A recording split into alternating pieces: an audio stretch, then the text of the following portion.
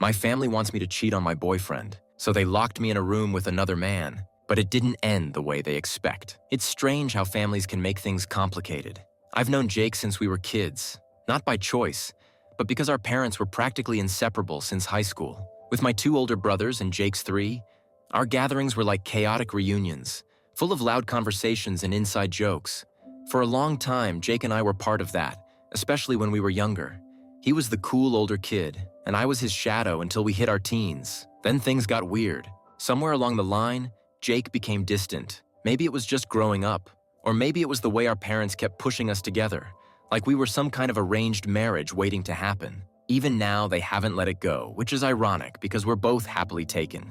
At 28, I'm engaged, and Jake is about to marry Tracy, but you wouldn't know it from the way our families act. Every holiday is like walking into a bad sitcom plot, with someone always making a comment about how Jake and I should have been the ones tying the knot.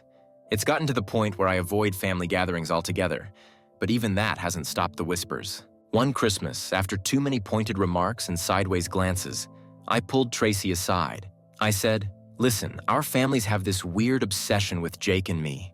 I just want you to know it's nothing." She laughed and asked, "I figured as much, but why do they keep at it?" I sighed. I wish I knew.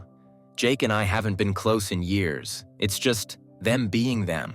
But now, as Jake's wedding approaches, things have only gotten worse. Every family dinner turns into a cringe fest of what-ifs and remember-whens. They even dug up this old drawing I supposedly made of Jake and me getting married as kids. I'm pretty sure it's fake, but that didn't stop them from passing it around like it was some kind of prophecy. It's not just my parents either. My brothers, his brothers, they've all joined in, calling me the wife and making jokes that would have been old 10 years ago. I tried to laugh it off, but it's wearing thin. Now, I just try to stay away, but no matter how much distance I put between us, their voices keep ringing in my ears. One day, my brother asked me to hang out, saying it was just going to be us brothers. But when I got to his place, I realized it was actually my brother Jake's bachelor party. My other brother yelled that the stripper was here. So gross. I wanted to leave right then, but the next train wasn't until really late and the area wasn't safe. I felt stuck, so I stayed. All night, my brothers tried to get me drunk and kept pushing me towards Jake. They even locked us in my brother's room while laughing like crazy outside the door. Jake and I barely spoke. He said sorry and asked if I could skip the wedding because me being there was making his fiancée Tracy upset. I understood and told him I wasn't planning on going anyway. When it was finally time to go, Jake, who hadn't been drinking, offered to drive me home. As we were leaving, my brother started making noises like we were going to hook up, which was so embarrassing. The next day, my phone was blowing up. Someone posted a video of Jake and me leaving the party with the caption, "Finally." It was super awkward. You could tell in the video that both Jake and I were uncomfortable as we left and got in his car. People were commenting, calling, and texting nonstop. Tracy called me crying and yelling at me. Jake called to apologize and said he tried to explain what really happened. My mom and his mom sent me a bunch of texts saying how happy they were and that it was about time. My fiancé was understanding, but he said I need to set better boundaries with my family. I decided to go to their house to set things straight. When I got there, they were all there. Before I could even say anything, they started acting like I was the best thing ever. I finally lost it.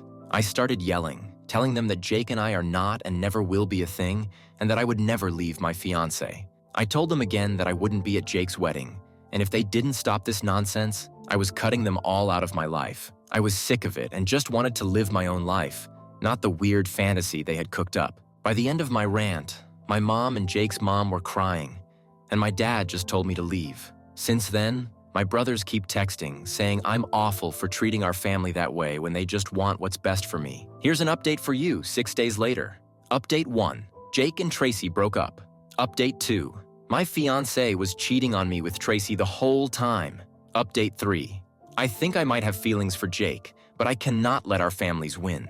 Update 4. I am pregnant, and the baby is Jake's. Just kidding. Here is the real update. My fiancé and I talked, and we decided that cutting off my family, at least for now, is the best thing to do.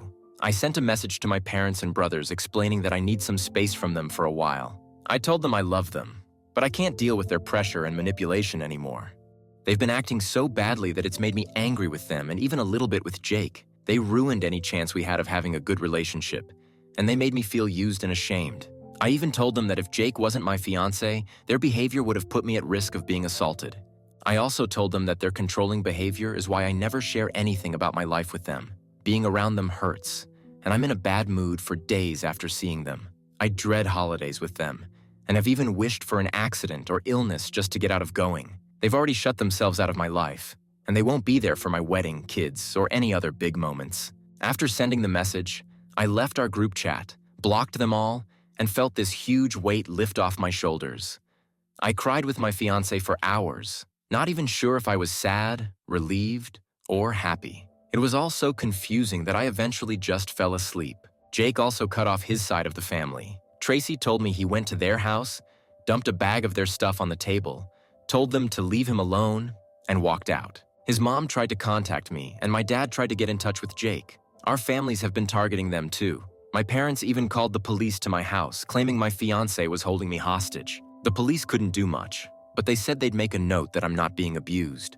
I also asked about getting a restraining order, and they gave me some information. They said they'd tell my parents to leave me alone and that if they make false reports again, they'll have to pay for the police coming out. It's only been a week, but so much has happened. Remember the issues with Jake and Tracy?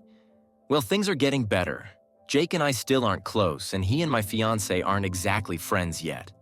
But Jake is glad that Tracy and I are getting along so well. He's surprised by how comfortable Tracy is with me now, especially since we've only had a short time to reconnect. They're even rethinking their wedding plans, but I won't share any more about that here. Speaking of Tracy, she's coming over today, and I'm taking her to my nail place to get our nails done.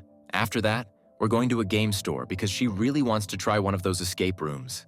And remember how people made fun of me for saying I couldn't get anywhere without a car? Well, I have a bike. Anyway, that's all for now. I don't think things with my parents will get any worse. They'll probably keep calling and texting, but it'll be okay. We're all going to be okay.